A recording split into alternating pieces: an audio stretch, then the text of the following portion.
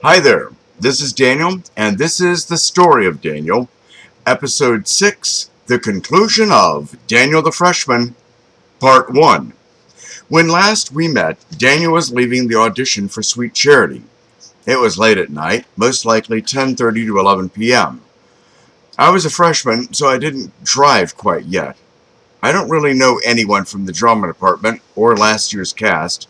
Therefore, I, Danny, hoofed it home once again. It was a long walk, even when it wasn't so late at night. But being as tired as I was, this was one of the longest walks ever. I remember when I had made it past the railroad tracks, how relieved I was that I was halfway home. That night, the walk from high school to Francis Street out by Makawa Road and West Broadway was a long one. By the time I came to my neighborhood, the walking on air feeling was gone, and the reality of having to get up just 5 hours from then was hitting home. Little did I know that this late night walk would soon become a regular event in my life. When I finally got home, my mother had left for work. I unlocked the front door and did a zombie shuffle into the bedroom. I took off my now soaked with sweat clothes, set the alarm for 5 a.m., and fell into bed. I remember, as I fell into a deep sleep, fragments of a dream of me being in a play. In this play, I was on the apron of the stage, downstage right, and the audience was laughing at me. I fell into much-needed sleep. After that day, my days and nights became divided between a full schedule at Pearland High School, a 36 to 40-hour work week at Ron's Crispy Fried Chicken, and rehearsals for plays in the evenings with long, sweaty walks home around midnight. That was my routine for the next 3 years. Only in my senior year did I finally cut back on my schedule at Ron's and have a couple of nights off a week from work. Till my senior year, my life was getting up at 5 a.m., walking to school for my 7:30 class, having classes till 2:30, 12:30 my junior and senior years, off to work at Ron's. As soon as I left work, I would be back for rehearsals. It kept me out of trouble and very busy. The rehearsals for Sweet Charity took me away from everything I didn't like about my life in those days. The rehearsals took me away from the drudgery and to a different place. They took me to a place of hope, a place of understanding, and among people that didn't judge. Most everyone there was for one reason, and one reason only: to entertain his or her friends and family in Pearland. I don't know of a single person on that stage that was there with their minds set they were destined for Hollywood. Oh, don't get me wrong, we all had our dreams. At least, at that point, I feel that the dreams were grounded in reality. This first show was a real different experience. Not just for me, for the entire cast. About 1/4 of the cast were new and had no experience in school plays or acting. About 3/4 of the cast had already put on a school play and were used to acting, but were learning what it was to have Truman Donahue as the assistant director. Since Doc fell asleep early and often, Truman actually did, well, all of the directing, staging, and most of the after-rehearsal notes. Doc did often give notes. He gave me one of the notes about my lines and the first scene. Matter of fact, and this might only be relatable to other actors, Doc gave me my very first note. Louder, much more excited. You have only one line to make an impression. Make us remember you. You might want to remember that note for later in this story.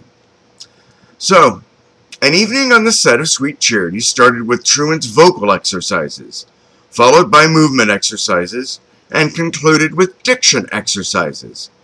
After our warm-up, we would either run the show from the beginning, my favorite choice, because my scene was at the very beginning, or Truman would have a list of scenes that he wanted to run, and he would dismiss everyone else.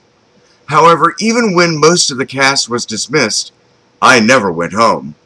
See, Truman found out about my experiences with running the projector during the summers, and my education by my father in electronics and electricity. Truman quickly put me to work on the stage lights when I wasn't acting. I was on top of an aluminum scaffold, fixing lights and putting colored gels on them. I still have, a real fear of heights. I have a deep acrophobia. But let me tell you, that fear is also not negated when you're just 10 feet above a wooden stage. I would just climb up the scaffolding, get to the top, work on the lights. The lights were the very first item on the list of parts for the stage to be rehabilitated. The impression I got from Truman was that the stage, the lights, the flats, and the costumes had not been properly maintained in the past several years. This would leave stagehands, me and several other people with smaller parts that wanted more involvement in the play, with a very big list of work items to be completed before opening night. The set flats were in far too bad shape to be used as is. I remember Truman telling me that one night. We would have to build all new sets, but not for this show. Our current production being a musical, we could take liberties and not have the large sets, which would come with later productions. What sets there were, we repaired and painted. This text takes me to our very first set party. It wasn't really a party. Truman just figured more people would show up if he called it a party. It was on a Saturday afternoon, so I took the morning shift at Ron's and finally made it to the set party about 2 p.m.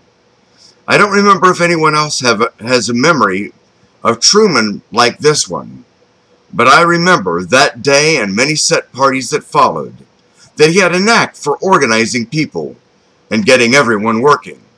If you didn't have a tool in your hand, Truman knew, and he would soon find you and put you to work. It was an essential skill which Truman had for the PHS theater department at that time, because Truman was shortly proven right about the sets and later the makeup and costumes. Our stores had not been maintained and often ravaged and depleted. People had been taking advantage of Doc's declining health and mental awareness and borrowing without permission and not returning. It took a lot of work and time, but we all managed to get all the materials we needed to pull off the production.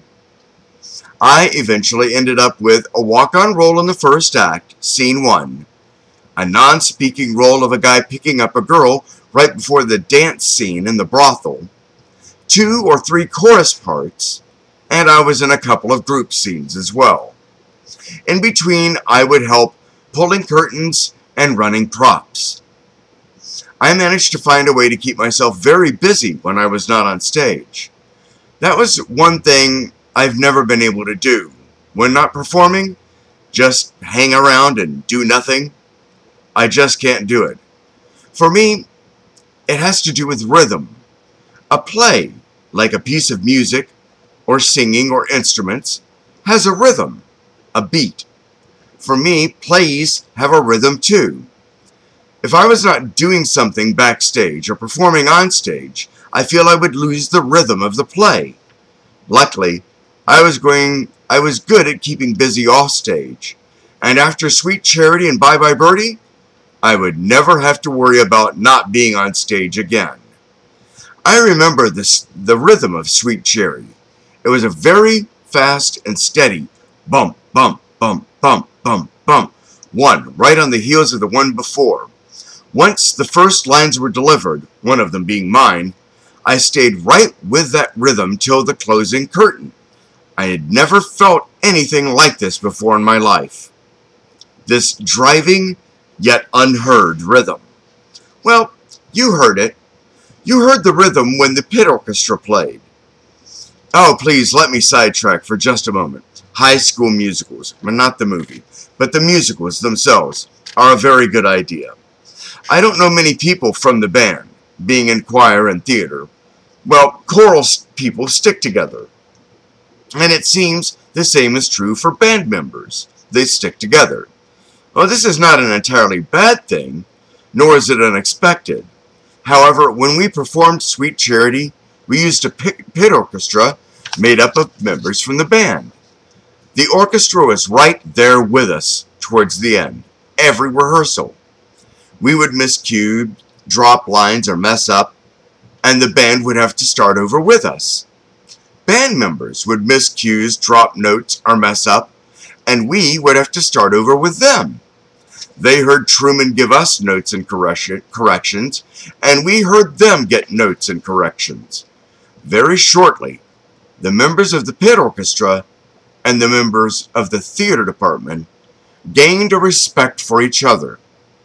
I got to know some band members, and some band members got to know actors, singers, and dancers. That, my friends, is the really good part about High School Musical. Groups of students with similar interests getting to work together to overcome division and gain respect instead of making fun of each other. From that point on, I never again used the term band geek. Ever again. I know, I got off topic, but it seemed important to relay. Between my ramblings, writing, and my ad-lib during these episodes, they're going to all end up being short novels. We were rehearsing with the band, so if you're guessing that we were getting close to opening night, you are correct. Everything was built and being used on stage. All my lights were working and gelled. All I needed was a bit of luck for no lights to burn out before opening night. Most of us were wearing street clothes that had been worked on to look like period clothes. Dawn had several costumes made for her, as did some of the other girls in the parlor. I distinctly remember walking home, our last rehearsal before the dress rehearsal, thinking about putting on stage makeup. For some reason, that was my one personal hang-up. Makeup. I mean, it was 1974 in Pearland, Texas. Guys just did not wear makeup, and I had enough problems being bullied. The last thing I needed was to be in front of the whole school in makeup. Shortly after I deliver my very first line of my acting career, the whole makeup issue would disappear, just to be replaced by a much greater fear.